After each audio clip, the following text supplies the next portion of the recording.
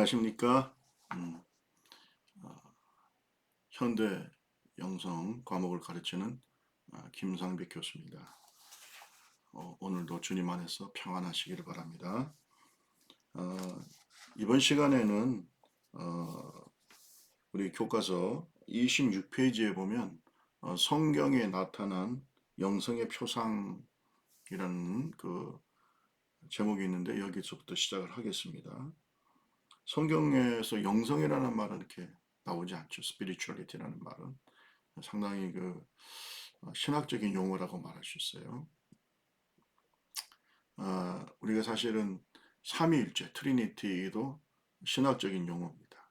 그래서 이것은 이런 의미는 있지만 나중에 학자들이 이 그 의미가 있는 그 성경 하나님의 말씀을 가지고 우리가 이해하기 쉽게 한마디로 표현한 것이 신학적 용어겠죠. 그래서 스피리추얼리티, 영성이라는 말은 없지만 영성을 의미하는 그러한 여러 가지 개념들이 나오는데 그 중에 이제 리처스가 이런 얘기를 했어요. 영성의 이미지를 나타내는 성경적인 어떤 언어로서는 열매, 그다음에 성장, 성숙, 성화, 거룩, 사랑 뭐 이런 말을 했습니다. 자, 그래서 열매라는 말이 성경에 나오는데 뭐 열매는 뭐 여러분 아시다시피 어떤 인간의 선택이나 행동의 결과 이것을 우리가 열매라고 하죠. 그래서 이제 신약 성경에는 주로 이제 한 사람의 성품에서 나오는 말이나 행동 이런 것을 주로 가리킵니다. 성령께서 우리 속에 내주하시고 또 성령이 인도하시면 우리가 순종하면 여러 가지 그 우리의 내적인 영적인 삶의 열매가 나타나게 되죠. 결과가 나타나게 되는데 성경은 이런 것을 우리가 성령의 열매라고 하는 말로 또 표현을 하고 있습니다. 여러분 갈라디아서 5장에 나오는 성령의 열매를 보면 사랑과 희락과 화평과 오래 참음과 자비와 양선과 충성과 온유와 절제 이렇게 나오지 않습니까? 이것이 사실은 예수님의 성품이죠. 예수님의 성품이고 성령의 열매인데 뭐 우리가 이 9가지 성령의 열매를 서로 연결이 되어 있기 때문에 사랑의 열매가 풍성하면 다른 열매도 풍성하겠죠. 그래서 이렇게 서로 다르지만 또 서로 연결되어 있는 열매를 표현하기 위해서 이제 포도 열매를 우리가 많이 얘기를 합니다. 그죠? 저도 어릴 때 보면 이게 동그랗게 이렇게 이제 포도 열매를 이렇게 그려가지고 이제 유년중학교 때 이제 내고 그랬죠. 그게 보면 사랑의 열매, 화평의 열매. 제가 볼 때는 참 기발한 것 같아요. 성령의 9가지 열매를 다른 뭐 사과라든지 배라든지 이렇게 표현한 게 아니라 포도로 표현한 것이 어떻게 보면 이 성경의 의미를 전달하는 좀 적절하지 않나. 그러면 사랑의 열매가 그럼 다른 열매, 화평, 또 사랑 안에 또 다 들어있기도 하고요. 또 서로 다 연결이 되어 있지 않습니까? 그래서 우리의 어떤 영성, 내면의 어떤 영적인 성장이 그 결과로 열매로 나타나는 것을 열매 이렇게 말하기 때문에 그 열매를 보면 나무를 안다. 그 사람의 영성을 안다. 이렇게 얘기할 수 있겠습니다. 자, 앞에서 얘기했죠. 영성은 뭐라고요? 하나님과의 관계성이다. 다른 사람과의 관계성, 자기 자신과의 관계성, 또 환경이나 자연과의 관계성. 이런 그렇게 기억하셔야 되겠죠. 두 번째로 이제 성장이라는 말을 이제 성경에서 많이 쓰고 있는데 앞에서 제가 말씀드렸듯이 기독 영성이라는 것은 완결체가 아니고 어떻게 보면 성장태라고 볼 수 있어요. 그죠? 점점 성장해서 결국은 완결을 향해서 나가는 이러한 우리 영성의 성장을 볼 때에 성장이라는 말이 또 적절한 말이라고 생각이 됩니다. 그래서 성경에도 보면은 하나님을 아는 지식에서 자라가라는 고린도서 1장 10절의 말씀이 있고 또 은혜 가운데서 자라가라. 베드로서 3장 18절에 나타나 있습니다.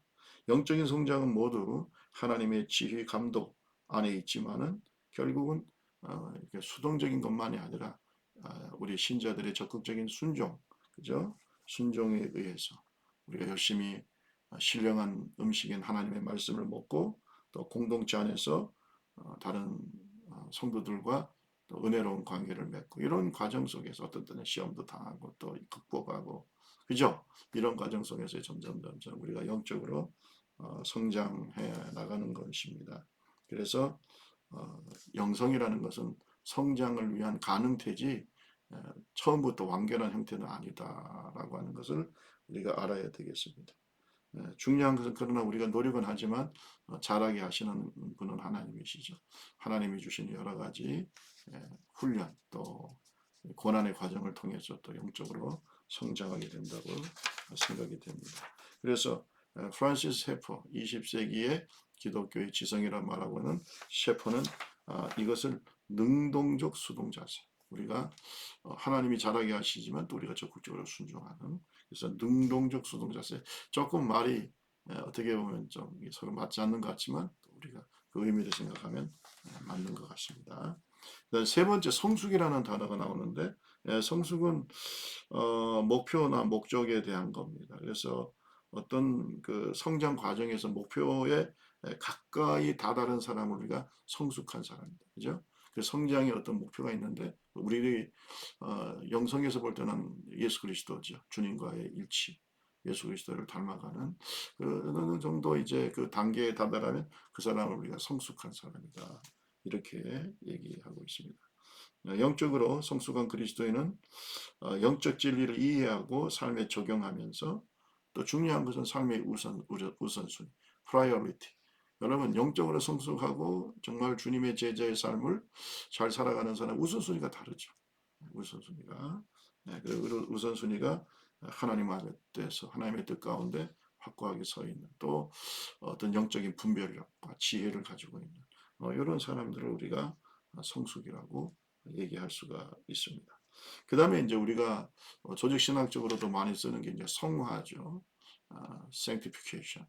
그래서 우리가 처음에 칭의, justification, 그 다음에 이제 성장하는 과정 속에서 주님을 닮아가고 성화하는 그런 처음에 거듭날 때 우리가 justification, 우리가 회심의 단계에서 칭의, 우리가 영적으로 신분적으로 하나님의 자녀가 됐지만 그러나 하나님의 자녀로 살지 못하잖아요. 그죠? 점점 더 성장해야 되고 또 하나님의 자녀다운 삶을 살아야 되고 이런 과정을 우리가 성화라고 하죠. sanctification, 생활과 인격의 구원 이것을 얘기할 수 있고 그 다음에 이제 마지막으로 우리가 영과 육이 다 구원받는 예수님의 재림 때 일어나는 이런 온전한 구원의 축복을 우리가 glorification, 영화라고 얘기합니다. 그래서 이제 흔히들 신학에서 구원의 3단계 얘기할 때 우리가 칭의, justification, 중생, 그 다음에 성화, sanctification, 그리고 영화, glorification 이렇게 얘기를 합니다. 그래서 이 성화라는 것 말 자체 속에서도 우리가 영성의 여러 가지 의미를 얘기하고 있습니다. 그래서 인간은 예수 믿고 영적으로 태어나자마자 바로 성숙하는 게 아니고 시간이 필요하죠. 또 노력도 필요. 이런 전체 과정을 성화라고 얘기하는 것이죠. 자, 그 다음에 다섯 번째 거룩이라는 말이 또 나오는데 뭐 거룩은 봉헌되어다 바쳐졌다 뭐 이런 얘기 또 구별되다 뭐 이런 뜻으로 씁니다. 그래서 구약에서는 뭐 제사적이고 또 도덕적인 그다음에 뭐 신약에서는 역동적이고 내적인 거룩함 뭐 이런 것들을 강조하고 있어요. 그래서 뭐 봉헌되고 바쳐졌다 의식적인 면에서 하나님께 바쳐진 물건 우리가 뭐 성물이라고 하죠.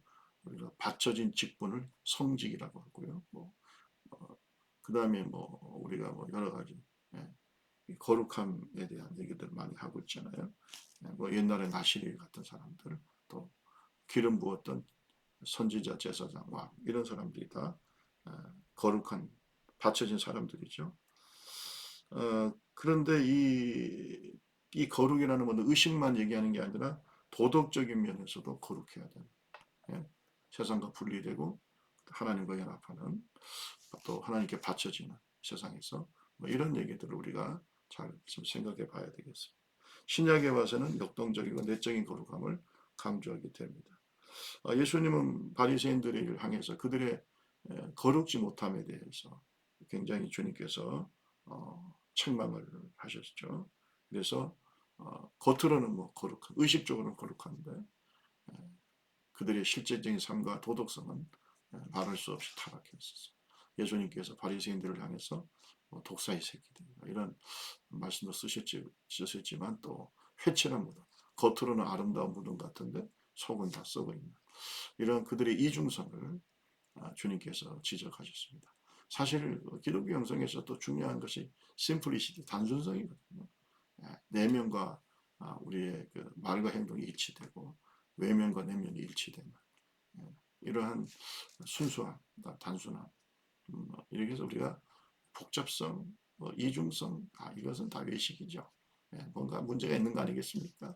그래서 이 거룩이라는 말을 주님께서 우리에게 이제 어떤 의식적으로 외적으로 거룩뿐만 아니라 내적인 도덕적인 면까지도 말씀하고 있습니다. 예수님은 죄인들과 함께 계셨고 그들의 삶을 또 변화시켰고 주님께서 생각하시는 거룩은 악을 이기고 죄인들의 내면을 치료하는 역동적이고 또 거룩한 어떤 내면적인 그런 특성을 가지고 있습니다. 그리고 그 거룩함에 역사하시는 분이 성령이죠. 성령 자체가 홀리 스피릿, 거룩한 영 아니겠습니까? 그래서 우리의 내적인 변화와 거룩함을 어, 추구할 수 있도록 능력을 부여하는 그런 분이 바로 성령입니다. 그래서 성령을 통해서 우리가 거룩해지죠. 자, 어쨌든 간에 거룩이라는 것은 외적인 것도 의식적인 것도 있지만 내면적인 도덕적인 이런 부분도 있다는 걸 우리가 알아야 되겠습니다. 그 다음에 여섯 번째 사랑이라는 말이 나옵니다.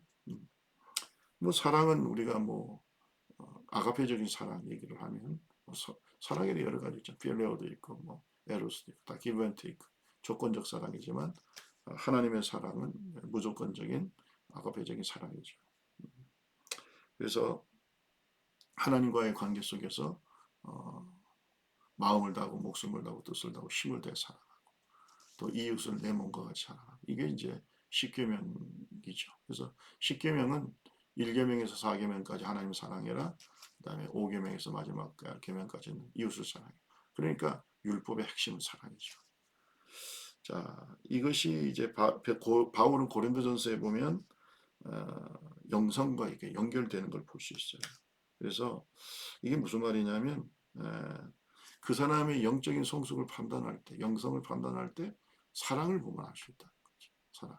그러니까 내가 누구만큼 어느 정도까지 사랑할 수 있는가. 그 사랑의 정도를 보면 그 사람의 영성의 깊이를 알 수가 있습니다. 그래서 바울 사도는 고린도전서 13장에 사랑을 은사의 생명이라고 말했죠. 뭐 천사의 말을 해도 자기 몸을 던져서 내어줄 정도의 열정이 있다 하더라도 사랑이 없으면 그것은 아무것도 아니다 이렇게 얘기하고 있습니다. 그래서 이제 참된 기독교 영성은 그 속에 사랑이 있습니다. 사랑은 참된 영성의 판단 기준이 될 수가 있습니다. 사랑이 영성은 아니죠. 그러나 참된 그리스도인의 영성은 넘쳐 흐르는 깊은 사랑을 가지고 있다라는 것을 우리가 알 수가 있습니다. 그래서 여러분 표를 보면은요, 그 표를 보면은 영적 성장에 있어서 하나님과 인간의 역할이 있죠. 그래서 열매가 있잖아요. 의로운 성품과 행동을 말하고 또 인간의 역할, 책임은 순종이겠죠. 그 다음에 성장이라는 것은 과정 개발을 강조하는 것이고 인간의 책임은 하나님의 말씀, 또 성도들과의 그 교제 속에 공동체에서 교제 속에서 성장하게 되겠죠. 그 다음에 성숙이라는 말은 목표, 성취 어느 정도 그 목표에 다다른 사람, 그죠? 그 성숙이라고 그러죠. 말씀을 적용하고 실현 중에 인내하고 공동체와 연합하는 이것을 통해서 우리가 성숙한 사람이다 이렇게 볼 수 있고요. 그러면 성화도 하나의 과정이고 인격적인 변화를 얘기하고 있고 거룩은 역동적이며 내적인 그런 선을 말합니다. 그래서 선하고 사랑이 넘치는 생활. 사랑은 핵심적인 자질인데 사랑을 실천하는 건데 말과 혀로만 사랑하지 말고 행함과 진실로 내가 누구까지 사랑할 수 있을까? 사랑의 원자탄이라고 말하고 있는 손양문 목사님 잘 아시죠? 손양문 목사님은 자기 두 아들을 죽인 그 원수를 자기 양아들로 삼고 그 그를 구명하려고 애를 쓰고 결국은 그리스도인으로 성장시키는 이런 참 모습을 보잖아요. 어차피 두 아들 죽었으니까 그 죽인 원수를 사랑하고 그를 아들로 삼는다. 이거 뭐 일반적인 사람들이 쉽지 않겠지. 그래서 그의 그 어떤 사랑의 깊이를 보고 우리가 그의 영성을 가늠할 수 있다. 이렇게 얘기할 수가 있겠습니다. 자, 이렇게 이제 성경에 보면 영성이라는 말은 딱히 나오지는 않지만은 영성을 의미하는 여러 가지 단어들이 나온다. 우리가 꼭 기억하시고 우리가 영성을 생각할 때 우리가 이제 이런 얘기들 있잖아요. 열매, 성장, 성숙, 성화, 거룩, 사랑. 이걸 기억하시기 바라겠습니다. 그 다음에 이제 여러분 이제 영성의 발달 단계를 보면은요, 영성의 이미지가 이제 열매, 사랑, 성숙, 성화, 거룩, 사랑 이렇게 표현되면 이것이 하루아침에 이루어지는 것이 아니고 역동적인 발전 과정을 거치게 되겠죠. 존 웨스트호프는 인간 영성 발달 단계를 4단계로 이제 인간의 성장의 단계와 이렇게 이제 어떻게 보면은 비추어서 4단계로 얘기를 했는데 경험된 신앙, 이것은 신앙의 유아기를 말하고요. 관여하는 신앙, 어린 아기의 단계. 그 다음에 탐구하는 신앙, 사춘기, 청소년기. 그 다음에 성숙한 신앙, 성년. 이렇게 발전해 나간다라고 얘기했어요. 그래서 경험된 신앙의 유아기는 무조건 있죠. 거기에 뭐 여러 가지 성경적인 물음이나 이런 게 별로 없어요. 근데 이제 관여하는 신앙이 되면 이때부터 이제 교회도 열심히 하지만 또 질문도 많아지죠. 특히 탐구하는 신앙이 되면은 이때부터는 좀 어떻게 보면 비판, 교회에 대한 비판 의식도 생기고, 그죠? 또 자기 신앙에 대해서도 계속해서 어떻게 반추하고, 또 여러 가지로 이제 어떻게 보면 이때 굉장히 많이 방황을 하죠.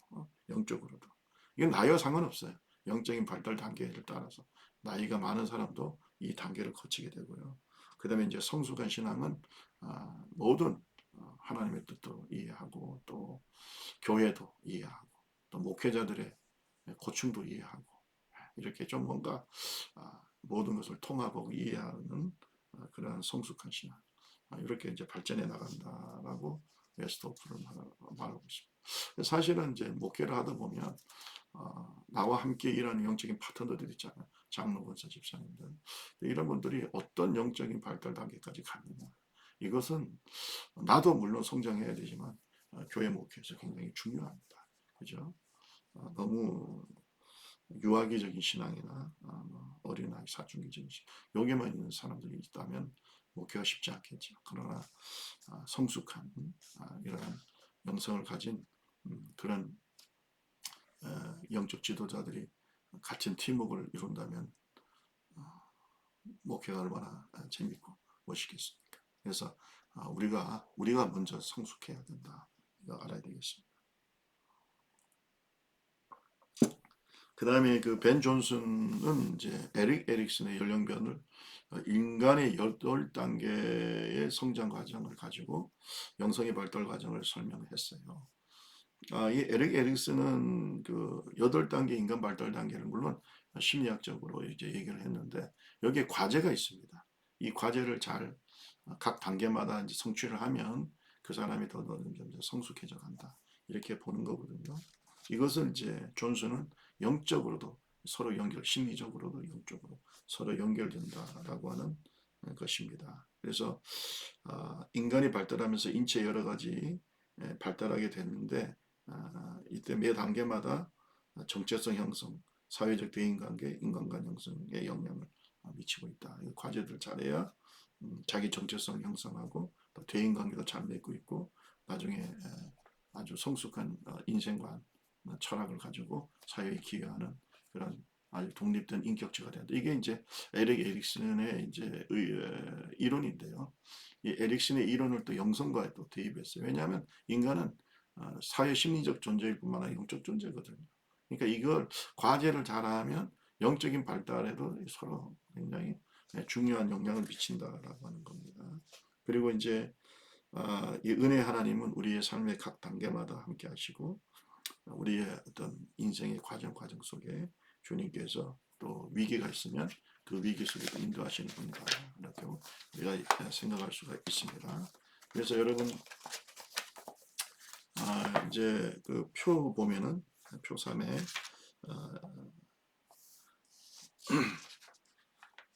발달 단계에 따른 영적, 심리적, 사회적 위기가 있지 않습니까?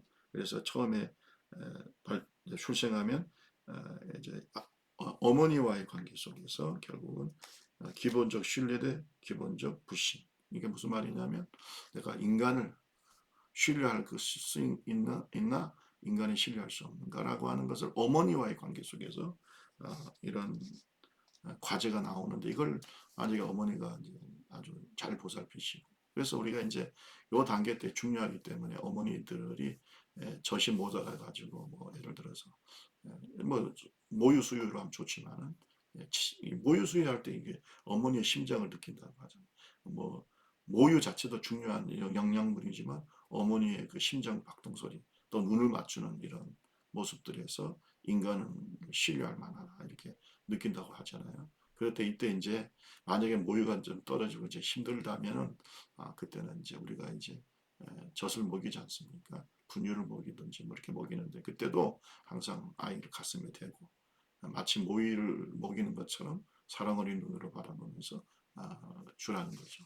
이런 것들이 이제 인간을 기본적으로 신뢰할 것이냐 또 불신할 것이냐라고 하는 그 단계를 잘 이제 성취해 나가는 건데 신뢰할 만하다 인간 이렇게 해야 그것이 하나님과의 관계 속에서도 중요한 역할을 하게 되죠. 그래서 여기 나오지만은 이런 경험들이 신앙생활에서도 가장 중요한 요소를 제공하기 때문에 하나님도 신뢰할 만하다.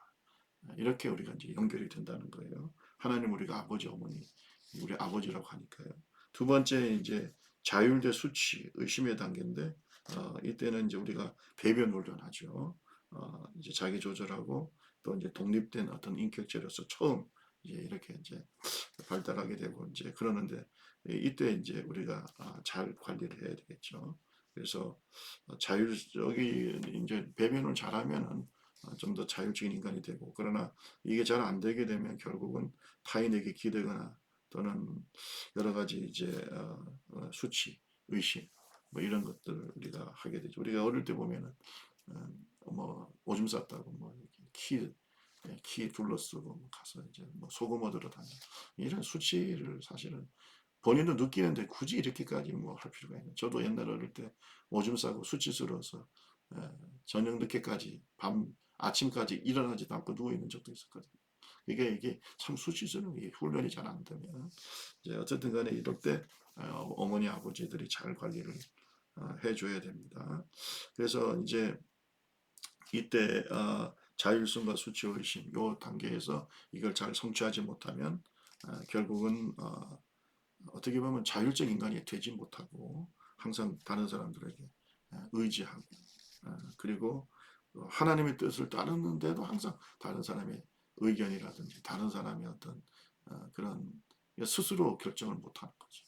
이렇게 자율적인 문제, 영적으로도 영향을 주고 나약한 사람이 되는 거죠. 다른 사람의 말에 좌우지되고 영적으로도 결정 못하고 맨날 뭐 누구한테 가서 안수기도 받아서 맨날 다녀서 무슨 누구의 도움을 받으려고 하고 그러니까 스스로 하나님의 뜻을 깨닫는 이런 자율성이 영적으로 부족한 이런 분들이 만약에 지도자가 되면 문제가 있지 않겠어요. 근데 이것이 심리적으로도 이런 것과 연결이 된다는 겁니다.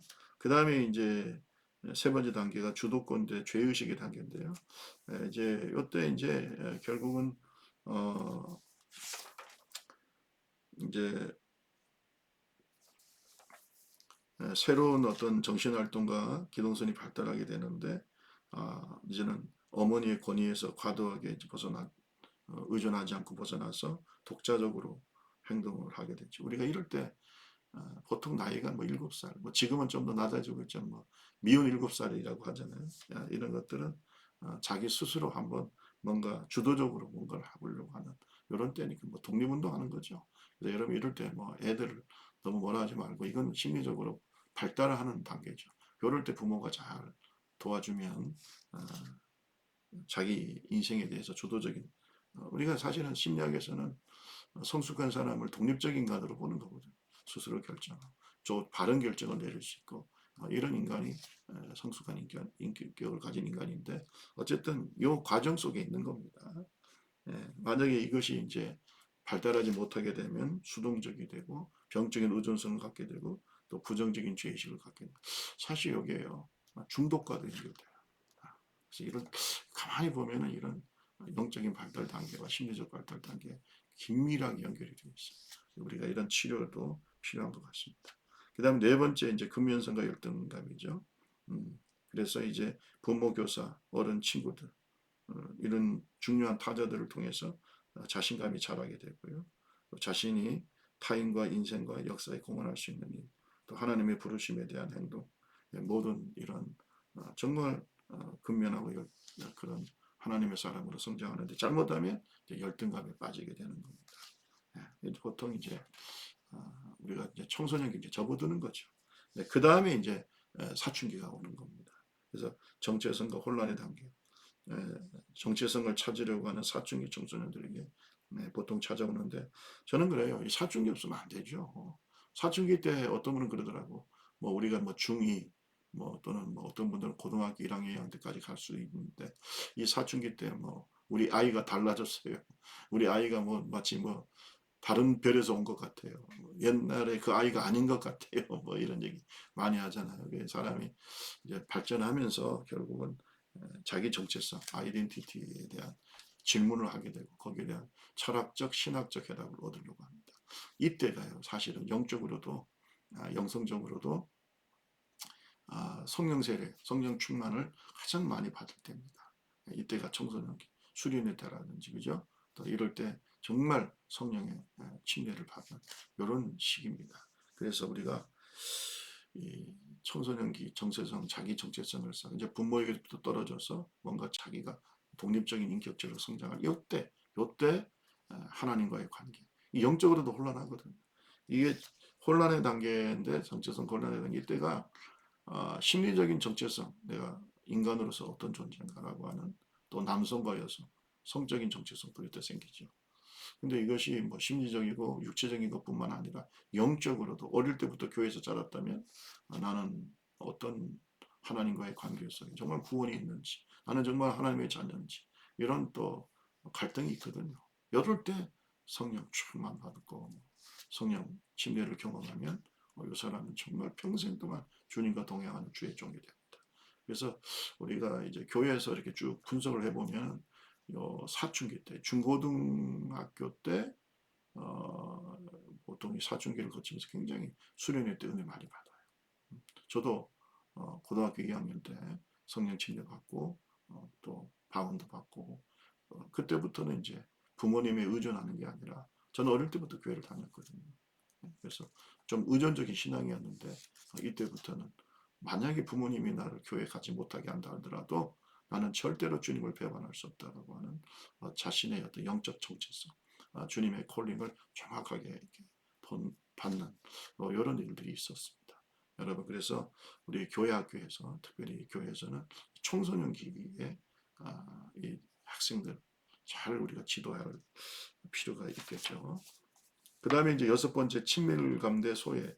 요때가 이제 결혼 적령기입니다. 보통 뭐 20대 후반, 30대 초반 이럴 때죠. 주요 과제는 이제 참여. 참여를 잘 하면은 어떤 가정이라든지 그죠? 또는 뭐 인간관계에서 친밀감을 잘 이제 이루는 사람이 있는가 하면 요때 요 과제를 잘 못하면 소외감을 느끼게 되죠. 약혼 결혼, 성적인 결합 이런 것들이 결국은 인간과 인간 사이의 친밀감을 증대시켜주는 그런 사람이 되는 겁니다. 그래서 확고한 자기 정체성, 그 다음에 지속적인 헌신의 마음 이런 것들을 제공해 줍니다. 그런데 이때 이제 결혼이라든지 뭐 이런 거 실패한다든가 또 여러 가지 친밀감의 능력을 확보하지 못하면은 헌신에 대한 두려움도 생기고 그러니까 하나님의 친밀감도 잘 안 돼요. 사람에 대한 상처 이런 것들이 이제 결국은 하나님과의 관계 속에도 영향을 미치게 되고 결국은 이제 하나님과의 그 거리감도 자꾸 생기게 되고 이런 것도 있습니다. 그래서 하나님과의 인간과의 관계뿐만 아니라 하나님과의 관계 속에도 소외, 고독, 공허함을 느끼게 됩니다.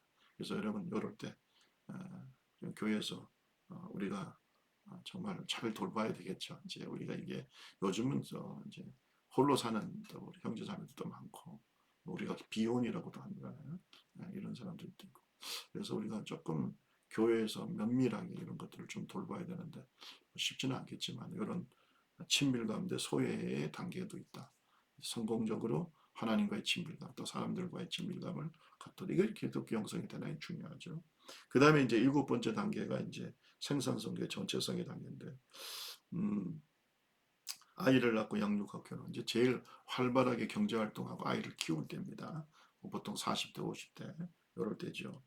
이럴 때 이제 결혼관계를 통해서 양육하고 교회에서도 잘 이때 활발하게 주의를 하고 활동적으로 보통 집사님, 안수 집사님, 권사님, 젊은 권사님들, 안수 집사님 이럴 때 생산성과 정체성이 담깁니다. 자, 이럴 때 이제 독신자들도 있는데 우정관계, 하나님과의 관계 속에서도 헌신적으로 헌신하는. 사실은 내가 만약에 혼자 살아요. 독신으로 살아도 이럴 때 더 헌신적인 결혼한 사람보다 더 헌신적으로 주의를 하는 분들도 많이 있습니다. 그래서 하나님과의 친밀감이 대단히 중요한 것 같습니다. 이 생산성을 통해서 성령은 우리에게 새로운 창조의 세계, 또 창조적인 주의를 하도록 하고 이때 또 주의를 많이 하고 또 뭐 선교사로 또 뭐 목회자로 또는 장로 권사 집사로 교회에서 잘 헌신할 수 있도록 하는 거죠.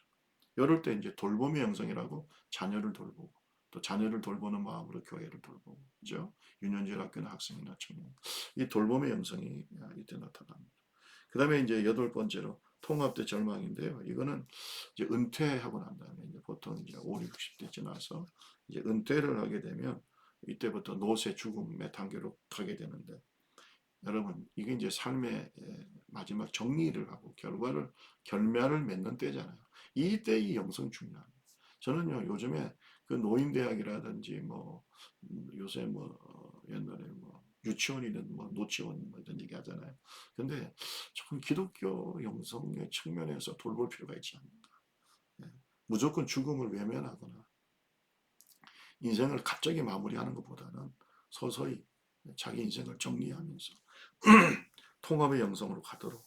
예, 그래서 자기의 모든 삶을 통합하고 또 심지어는 자기 삶의 여러 가지 예, 기쁨, 슬픔, 성공, 실패 이런 것들을 다 통합해서 정말 재평가하고 예, 그리고 그것들을 받아들이고 또 용서할 사람 용서하고 그죠? 원망 불평하지 말고 하나님께 감사하는 이 통합의 영성은 대단히 중요하다. 그리고 하늘의 소망 가운데 자기 인생을 다 받아들이고 하나님 앞에서 자기를 내려놓는 이런 좀 성숙한 통합의 영성을 우리가 좀 가르쳐야 되지 않고 또 우리도 스스로 실천해야 되지 않을까라는 생각이 들어요. 만약 그렇지 못하면 인생이 얼마나 허무하고 절망적이겠습니까? 그죠? 그래서 이 마지막 통합대 절망의 단계 기독교 영성으로서 봐도 대단히 중요한 단계다라고 하는 것을 우리가 깨달아야 될 줄로 믿습니다. 휴미슬다인이 여러 가지 이제 좋은 말씀을 하셨는데 여기 보면 우리가 이제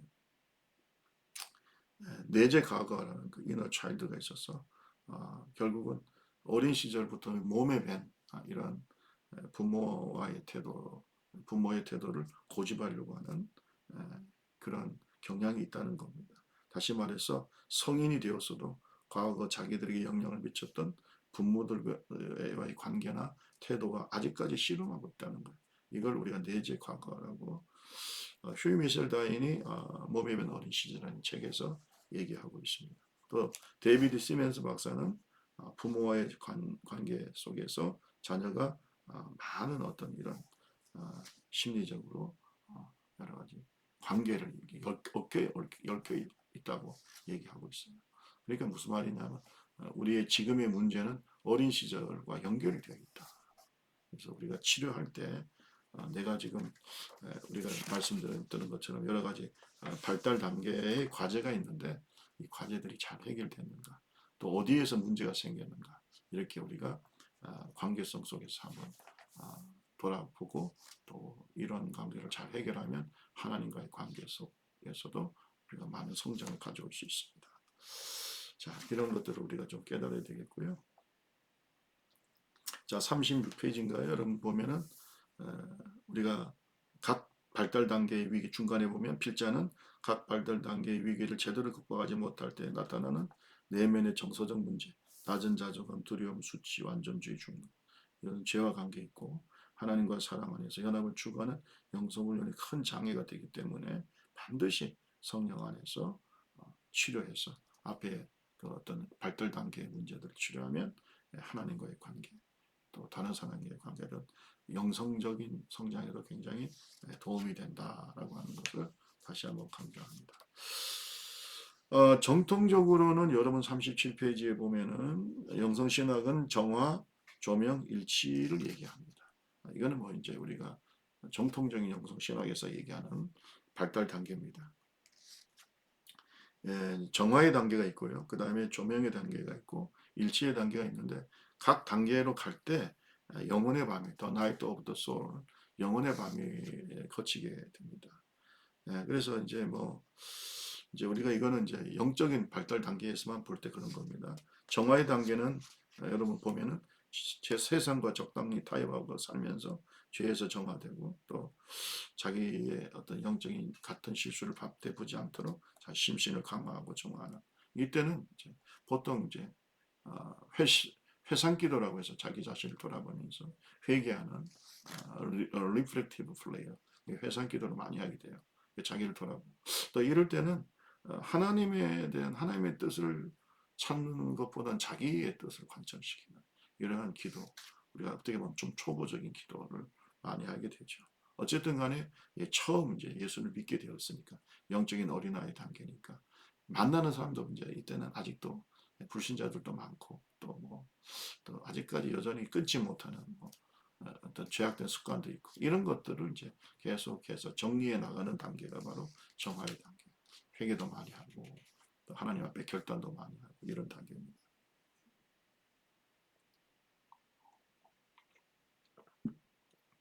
그 다음에 조명의 단계에 가게 되는데 이 조명의 단계에 가면은 예수님을 믿을 뿐만 아니라 예수님으로 옷 입고 성령의 조명 아래서 주님처럼 생각하고 행동하려고 합니다.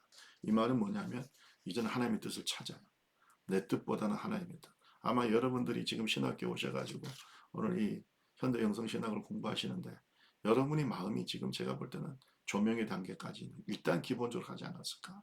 왜? 여러분이 신학에 들어올 때 하나님의 뜻을 찾았거든요. 그러니까 이렇게 성령의 조명 아래서 내가 어떻게든지 예수를 닮아가기를 원하고 하나님의 뜻을 찾으려고 하는 이런 이제 행동을 할 때가 바로 조명의 단계인데 기도도 이때는 좀 바뀌죠.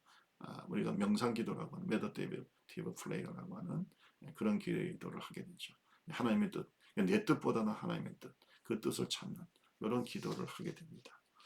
이럴 때부터 이제 하나님께 더 헌신하고 이제 뭐 선교사로, 목사로, 교사로, 그죠? 또 뭐 구역장으로 또 여러 가지 하나님의 일을 위해서 장로권자 집사로 헌신하는 이럴 때가 바로 조명의 단계라고 생각이 되고요. 자, 그 다음에 이제 마지막 우리가 추구하는 최종적인 단계라고 하는 가장 성숙한 단계는 일치의 단계다. 언제 어디서나 하나님을 찾고 그분의 현존을 생생하게 의식하고 주님과 일치하는 행복을 느끼는 그런 단계다. 샌프란시스코 제가 뭐 영화도 보고 뭐 그 글도 읽었습니다만 영화 장면에 보면은 주님의 그 십자가의 성은을 자기도 좀 그 고통을 동참하고 싶다. 그러니까 부르잖아요.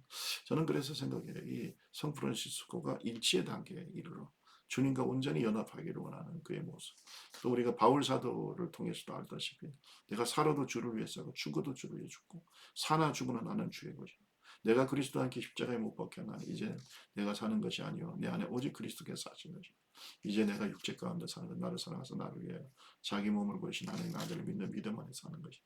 갈라디아서 2장 27절 이 고백이 다 일치의 단계에 있는 믿음의 고백이라고 생각합니다. 제가 뭐 특별히 뭐 찬송가 뭐 좋아하죠. 저도 즐겨 부르는데 일치의 단계를 노래한 찬송이 제가 느끼기에는 있어요. 그게 이제 442장 저장 믿고 있어요. 이런 찬송 있잖아요.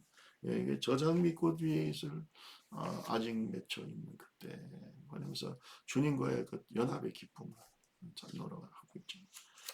내가 정말 이 동산에서 주님과 함께 머물러 있고 싶지만 주님께서 가라고 하시기 때문에 내가 이제 간다라고 하는 그 믿음의 고백.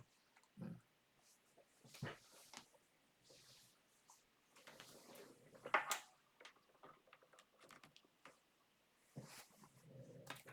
그래서 우리가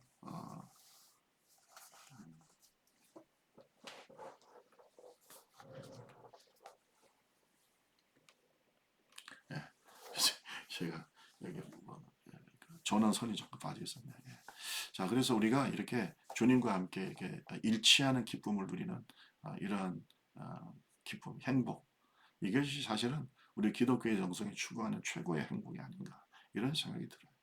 아, 여러분, 행복은 소유에서 오는 것이 아니고 관계에서 옵니다. 그래서 목회자들도 뭔가 자꾸 내가 어떤 위치에 있고 내가 무엇을 소유하고 있어야만 내가 성공했고 행복하다 이런 좀 생각은 버렸으면 좋겠어요. 제가 책 하나 소개하겠습니다.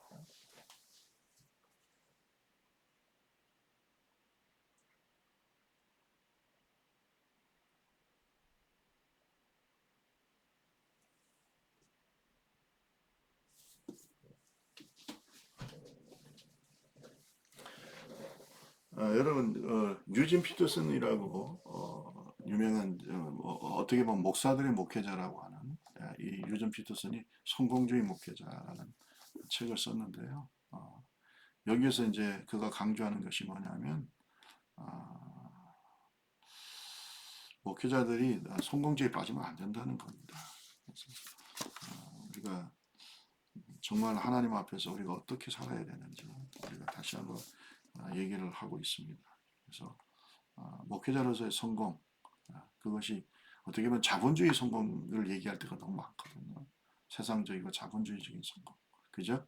큰 교회, 많은 성도, 또 많은 그렇지 않겠지만 어쨌든 뭐 연봉이나 사례비라든지 이런 걸 생각하는데 그러지 말고 어떤 목회적 거룩함, 영적인 성장, 주님과의 일치, 연합 이런 영적인 성숙을 추구해야 되지 않냐 이런 얘기입니다. 그래서 개인의 경험 못지않게 목회적 거룩함 이런 것을 얘기를 하는 게 성공주의 목회자.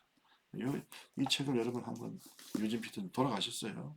여러분 한번 읽어보시면 여러분에게 도움이 될 거라고 생각이 됩니다.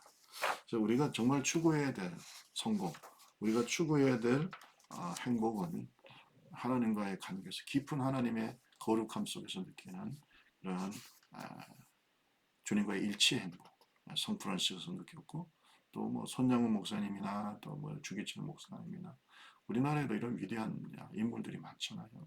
이런 주님과의 연합을 생생하게 현존을 느끼고 저는 이것이 진짜 성령 충만이라고 생각해요. 항상 주님의 현존을 느끼고 주님의 거룩함을 잊고 살아가는 믿음의 종들. 우리가 부족하지만 이런 것들을 추구해야 되고 사실 시편에 보면 다윗은 이런 고백들이 많죠.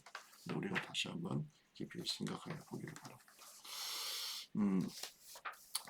마지막으로 한 가지만 더 여러분하고 좀 나누려고 하는데 38페이지의 영성과 도덕성에 대한 얘기예요. 우리가 회심의 단계를 거치면은 신비로운 하나님과의 만남의 경험을 하게 되겠죠.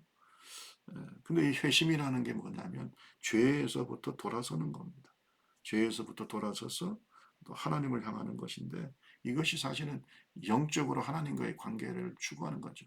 잃어버렸던 하나님과의 관계, 잃어버렸던 어떤 하나님의 자녀의 어떤 위치, 마치 탕자의 비유에서 나오는 것처럼 아버지와의 관계가 회복이 되면서 아버지 앞에서 자기의 잃어버렸던 지위를 회복하고 축복을 회복하고 뭐 이런 것이 우리가 회심이라고 하는데 거기에는요 그냥 단순히 영적으로 주님과의 관계만 회복하는 게 아니라 도덕적으로도 이 회심에서는 이 죄 있잖아요. 영적인 것뿐만 아니라 도덕적으로도 우리가 철저하게 거룩해지는 예? 정말 정결해지는 이런 것들이 다 포함이 되어 있는 겁니다. 그래서 그리스도인의 회심은 궁극적으로 죄를 회개하는 물론 도덕성을 초월한 믿음으로 예수님을 영접하고 하나님과의 관계를 회복하는 거죠. 그러나 거기에는 도덕성이 포함이 되어 있지, 도덕성이 무시되고 뭐 도덕적으로 내가 하나님 앞에서 뭐 예를 들어 사람들에게 악한 일도 하고 뭐 여러 가지 타락한 삶을 살면서 하나님과의 관계만 회복되면 되는 이런 것은 자체가 성립이 안 되는 거죠.